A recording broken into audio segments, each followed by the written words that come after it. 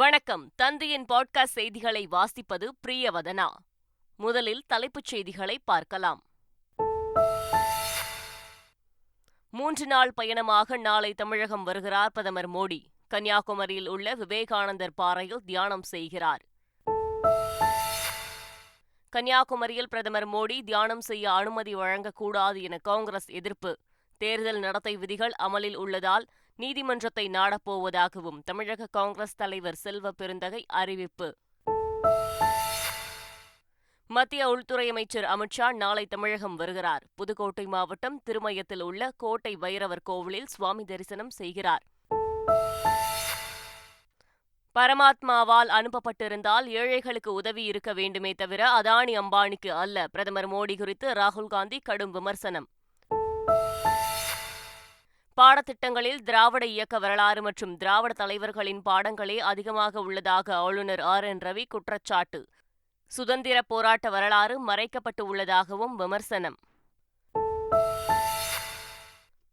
அயோத்தியில் கரசேவைக்கு ஜெயலலிதா ஆட்களை அனுப்ப சொன்னார் என்பதை நிரூபித்தால் அரசியலை விட்டு விலக தயார். முன்னாள் ஆளுநர் தமிழிசைக்கு அதிமுக முன்னாள் அமைச்சர் ஜெயக்குமார் சவால்.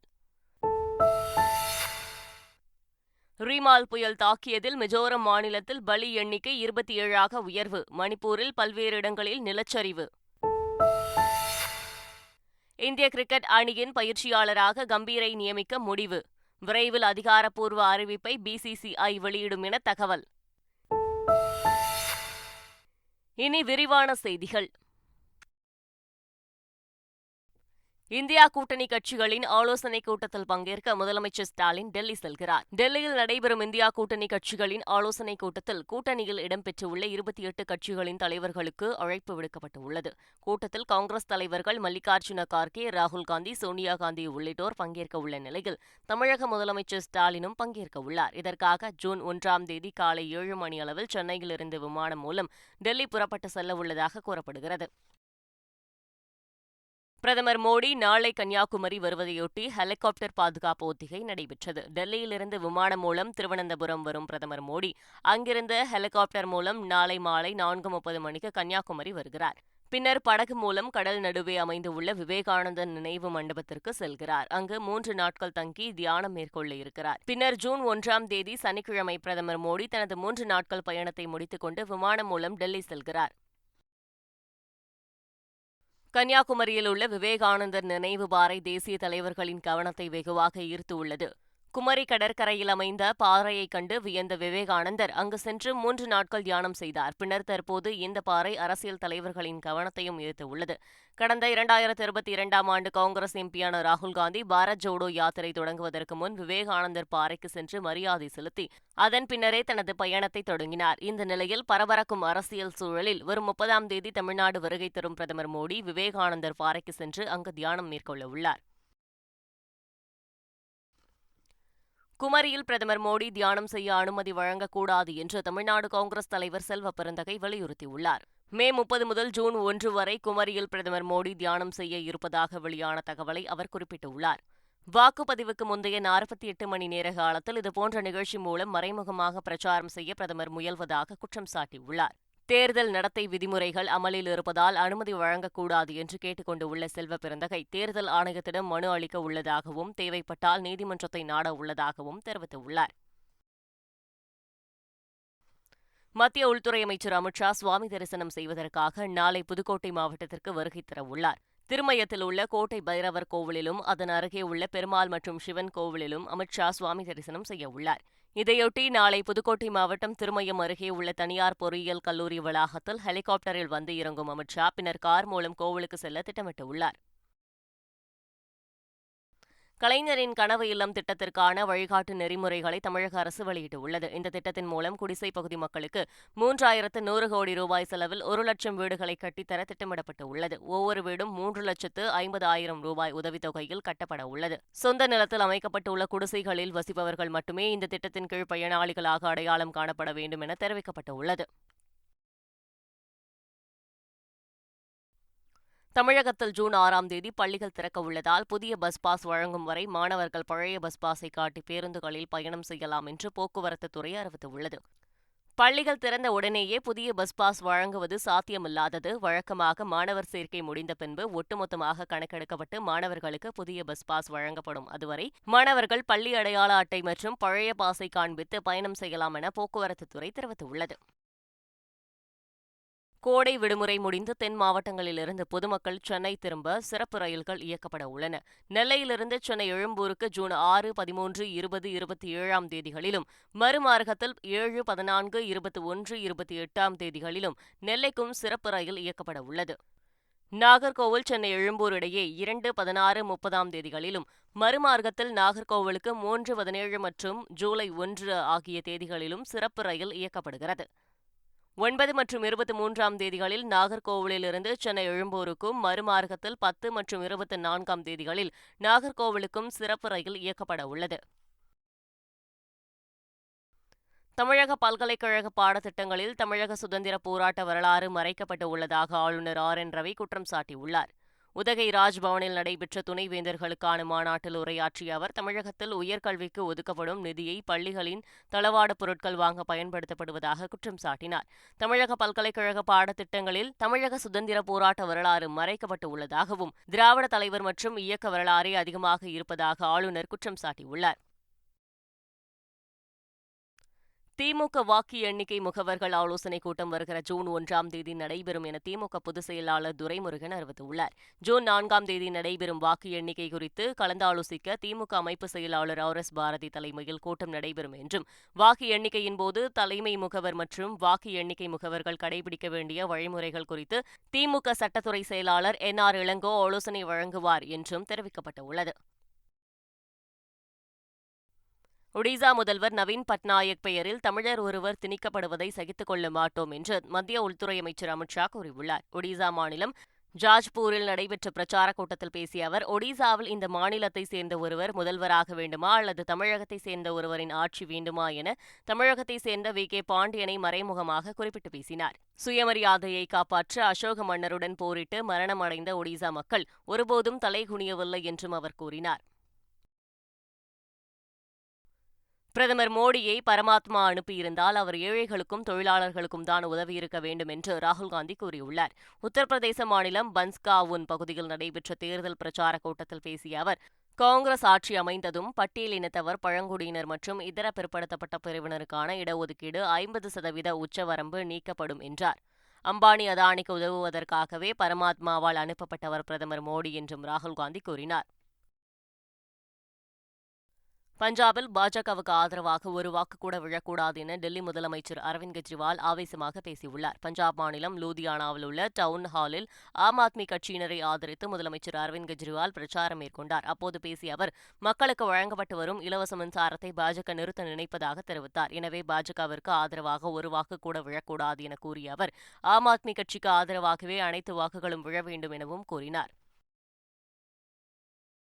பணபலம் மற்றும் அதிகாரத்தை பயன்படுத்தி தேர்ந்தெடுக்கப்பட்ட அரசுகளை பாஜக கவிழ்ப்பதாக பிரியங்கா காந்தி சாடியுள்ளார். இமாச்சல பிரதேச மாநிலம் ஹமீர்பூர் பகுதியில் நடைபெற்ற காங்கிரஸ் கட்சியின் தேர்தல் பிரச்சார பொதுக்கூட்டத்தில் பேசிய அவர், ஹிமாச்சல பிரதேசத்தில் மிகப்பெரிய பேரிடர் வந்தபோது காங்கிரஸ் மக்களின் பக்கம் நின்றதாகவும், பிரதமர் மோடி மக்களை பார்க்க கூட வரவில்லை என்றும் குற்றம் சுமத்தினார். மக்களின் வாழ்க்கையை மேம்படுத்த ஹிமாச்சல பிரதேசம் முயற்சித்துக் கொண்டிருந்தபோது மாநில அரசை கவிழ்க்க பிரதமர் மோடி முயற்சித்ததாக குறிப்பிட்டுள்ளார். வட இந்தியாவிலிருந்து குழந்தைகளை கடத்தி ஆந்திரா, தெலங்கானாவில் விற்பனை செய்த கும்பலை ஹைதராபாத் போலீசார் கண்டுபிடித்துள்ளனர். டெல்லியை சேர்ந்த கிரண், பிரீத்தி ஆகிய இருவரும் டெல்லி, புனே ஆகிய நகரங்களிலிருந்து சிறு குழந்தைகளை கடத்தி வந்து ஆந்திரா மற்றும் தெலங்கானாவில் விற்பனை செய்துள்ளனர். புகாரின் பேரில் விசாரணை நடத்திய ஹைதராபாத் ராச்சகொண்டா போலீசார் ஆந்திரா மற்றும் தெலங்கானாவை சேர்ந்த 11 பேரை கைது செய்தனர். விற்பனை செய்யப்பட்ட 11 குழந்தைகளை மீட்டுள்ளனர். இதுவரை சுமார் 50 குழந்தைகள் விற்பனை செய்யப்பட்டிருக்கலாம் என்று கூறப்படுகிறது. ரீமால் புயலால் மிசோரம் மாநிலத்தில் ஏற்பட்டு வரும் நிலச்சரிவு மற்றும் அடைமழையால் இதுவரை 27 பேர் உயிரிழந்துள்ளனர். ரீமால் புயல் கரையை கடந்து வலுவிழந்துவிட்ட நிலையிலும் வடகிழக்கு மாநிலங்களில் கனமழை பெய்தது. மிசோரம் மாநிலத்தில் தொடர்ந்து அடைமழை பெய்ததால் நிலச்சரிவுகள் ஏற்பட்டு பேரழிவுகளை ஏற்படுத்தி வருகிறது. நேற்று இரவு 7 மணி வரை மிசோரம் மாநிலத்தில் புயலால் உயிரிழந்தோரின் எண்ணிக்கை 27ஆக உயர்ந்துள்ளது. திருச்சியில் இளம்பெண்ணின் வயிற்றில் துணியை வைத்து தைத்த தனியார் மருத்துவமனைக்கு 25 லட்சம் ரூபாய் அபராதம் விதித்து மதுரை நுகர்வோர் நீதிமன்றம் உத்தரவிட்டுள்ளது. மணப்பாறையில் பெண் வயிற்று வலிக்காக 2016ஆம் ஆண்டு திருச்சியில் உள்ள தனியார் மருத்துவமனையில் அனுமதிக்கப்பட்டிருந்தபோது இந்த சம்பவம் நிகழ்ந்துள்ளது. தொடர்ந்து வயிற்று வலி இருந்ததால் மற்றொரு மருத்துவமனையில் பரிசோதனை செய்தபோது துணிப்பை இருப்பது கண்டறியப்பட்டது. பின்னர் தனியார் மருத்துவமனையிடம் இழப்பீடு கேட்டு மதுரை நுகர்வோர் நீதிமன்றத்தில் அந்த பெண் மனு தாக்கல் செய்தார். மனுவை விசாரித்த நுகர்வோர் நீதிமன்றம் தனியார் மருத்துவமனைக்கு 25 லட்சம் ரூபாய் அபராதம் விதித்து தீர்ப்பளித்தது. சென்னை பெருநகர காவல்துறையின் சார்பில் சூரிய ஒளியில் செயல்படும் தானியங்கி கேமரா தடுப்பு வேலிகள் அறிமுகம் செய்யப்பட்டுள்ளது. முதல் கட்டமாக 5 கேமராக்கள் வாங்கப்பட்டு உள்ளன. முக்கிய சாலை சந்திப்புகளில் இவை வைக்கப்பட உள்ளன. பல்வேறு பகுதிகளில் நடைபெறும் பைக் ரேஸ், போக்குவரத்து விதிமுறைகளை மீறும் வாகனத்தின் நம்பர் பிளேட்களில் உள்ள எண்களை ஸ்கேன் செய்து காவல் ஆணையர் அலுவலகத்தில் உள்ள கட்டுப்பாட்டு அறைக்கு இது அனுப்பும். கிருத்திகா உதயநிதி இயக்கத்தில் ஜெயம் ரவி, நித்யா மேனன் நடித்து வரும் புதிய படம் காதலிக்க நேரமில்லை. ஆஸ்கர் நாயகன் AR ரஹ்மான் இசையமைத்துள்ள இந்த படத்தின் ஃபர்ஸ்ட் லுக் போஸ்டர் சமீபத்தில் வெளியாகி வரவேற்பை பெற்றிருந்தது. இந்த நிலையில் காதலிக்க நேரமில்லை படத்தின் படப்பிடிப்பு பணிகள் நிறைவடைந்ததாக படக்குழு அதிகாரப்பூர்வமாக அறிவித்துள்ளது. படப்பிடிப்பு நிறைவு விழாவில் படக்குழுவினர் கேக் வெட்டி கொண்டாடியுள்ளனர். இந்திய கிரிக்கெட் அணியின் தலைமை பயிற்சியாளர் பதவிக்கு பிரதமர் மோடி உள்ளிட்டோரின் பெயரில் ஏராளமான போலி விண்ணப்பங்கள் வந்துள்ளதாக தகவல் வெளியாகியுள்ளது. இந்திய கிரிக்கெட்டின் தலைமை பயிற்சியாளராக உள்ள ராகுல் டிராவிடின் பதவிக்காலம் T20 உலகக்கோப்பை தொடருடன் நிறைவடைகிறது. புதிய பயிற்சியாளர் பதவிக்கு சமீபத்தில் BCCI தகுதி உள்ளவர்கள் விண்ணப்பிக்கலாம் என அறிவித்தது. இந்த நிலையில் பயிற்சியாளர் பதவிக்கு 3000க்கும் மேற்பட்ட விண்ணப்பங்கள் குவிந்துள்ளதாக கூறப்படுகிறது. பிரதமர் மோடி, உள்துறை அமைச்சர் அமித்ஷா, சச்சின், தோனி, சேவாக் உள்ளிட்டோரின் பெயரில் போலி விண்ணப்பங்கள் வந்துள்ளன. கரூர் அருகே மணல் கடத்தல் லாரியை பைக்கில் விரட்டி சென்று கிராம நிர்வாக அலுவலர் மடக்கி பிடித்தார். கிருஷ்ணராயபுரம் அருகே காவிரி ஆற்றில் மணலை கடத்திக் கொண்டு லாரி ஒன்று சென்றதாக கூறப்படுகிறது. இதை கவனித்த ரங்கநாதபுரம் கிராம நிர்வாக அலுவலர் ஸ்டாலின் பிரபு என்பவர் தனது பைக்கில் லாரியை விரட்டி சென்றார். 1 கிலோமீட்டர் தூரம் விரட்டி சென்று லாரியை அவர் மடக்கியுள்ளார். லாரி ஓட்டுநர் தப்பியோடிய நிலையில் மணல் லாரியை பறிமுதல் செய்த போலீசார் கிராம நிர்வாக அலுவலர் புகாரின் பேரில் வழக்கு பதிவு செய்து விசாரித்து வருகின்றனர். டெல்லி பாஜக ஊடகப் பிரிவு தலைவர் தொடர்ந்த அவதூறு வழக்கு டெல்லி அமைச்சர் அதிஷி நேரில் ஆஜராக கோர்ட் உத்தரவிட்டுள்ளது. ஆம் ஆத்மி கட்சி தலைவர்களை பாஜகவில் சேர்க்க பேரம் நடந்ததாக டெல்லி முதல்வர் அரவிந்த் கெஜ்ரிவாலும் அமைச்சர் அதிஷியும் எக்ஸ் தளத்தில் பதிவிட்டிருந்தனர். இது தொடர்பாக டெல்லி பாஜக ஊடகப் பிரிவு தலைவர் சங்கர் கபூர், முதல்வர் அரவிந்த் கெஜ்ரிவால், அமைச்சர் அதிஷி ஆகியோருக்கு எதிராக டெல்லி பெருநகர தலைமை நீதிமன்றத்தில் அவதூறு வழக்கு தொடர்ந்தார். இந்த வழக்கை விசாரித்த நீதிமன்றம் ஜூன் 29ஆம் தேதி நேரில் ஆஜராக டெல்லி அமைச்சர் அதிஷிக்கு சம்மன் அனுப்ப உத்தரவிட்டது. கல்கி 2898 AD படத்தில் இடம்பெற்றுள்ள புஜி என்ற 3 சக்கர ரோபோட்டிக் வாகனம் அறிமுகம் செய்யப்பட்டுள்ளது. நாக் அஸ்வின் இயக்கத்தில் பிரபாஸ் ஹீரோவாக நடிக்கும் இந்த படத்தில் அமிதாப் பச்சன், கமல்ஹாசன், தீபிகா படுகோன் உள்ளிட்ட பலர் நடிக்கின்றனர். இந்த திரைப்படத்திற்கு சந்தோஷ் நாராயணன் இசையமைக்கிறார். இந்த நிலையில் புஜி என்ற ரோபோவின் கட்டுப்பாட்டில் இயங்கும் 3 சக்கர ரோபோட்டிக் கார் ஒன்றை படக்குழுவினர் அறிமுகப்படுத்தியுள்ளனர். மணிக்கு 40 கிலோமீட்டர் வேகத்தில் செல்லக்கூடிய இந்த வாகனத்தை கல்கி திரைப்படக் குழுவிற்காக மகேந்திரா நிறுவனம் தயாரித்து அளித்துள்ளது. டெல்லி மதுபான கொள்கை முறைகேடு வழக்கில் ஜாமீன் கோரிய கவிதாவின் மனுவை டெல்லி உயர்நீதிமன்றம் தேதி குறிப்பிடாமல் ஒத்திவைத்தது. இது தொடர்பான வழக்கில் முன்னதாக அமலாக்கத்துறை குற்றப்பத்திரிகை தாக்கல் செய்துவிட்டதால் நீதிமன்ற காவலை நீட்டிக்க கோரிய அமலாக்கத்துறை மனுவிற்கு கவிதாவின் தரப்பில் ஆட்சேபம் தெரிவிக்கப்பட்டது. அப்போது மனுவை விசாரித்த நீதிபதி ஸ்வர்ணகாந்த சர்மா தீர்ப்பை தேதி குறிப்பிடாமல் ஒத்திவைத்தார். இந்திய கிரிக்கெட் அணியின் பயிற்சியாளராக உள்ள ராகுல் டிராவிடின் பதவிக்காலம் ஜூன் மாதத்துடன் முடிவடைகிறது. இதனையடுத்து இந்திய கிரிக்கெட் அணியின் பயிற்சியாளர் பதவிக்கு தகுதியானவர்கள் விண்ணப்பிக்கலாம் என BCCI அறிவிப்பு வெளியிட்டது. இதற்கான கால அவகாசம் கடந்த ஜூன் 27ஆம் தேதி முடிவடைந்த நிலையில் ஏராளமான விண்ணப்பங்கள் பெறப்பட்டுள்ளன. இந்த நிலையில் இந்திய அணியின் பயிற்சியாளராக முன்னாள் இந்திய வீரர் கௌதம் கம்பீரை நியமிக்க BCCI முடிவெடுத்துள்ளதாக தகவல் வெளியாகியுள்ளது. மீண்டும் தலைப்புச் செய்திகள். 3 நாள் பயணமாக நாளை தமிழகம் வருகிறார் பிரதமர் மோடி. கன்னியாகுமரியில் உள்ள விவேகானந்தர் பாறையில் தியானம் செய்கிறார்.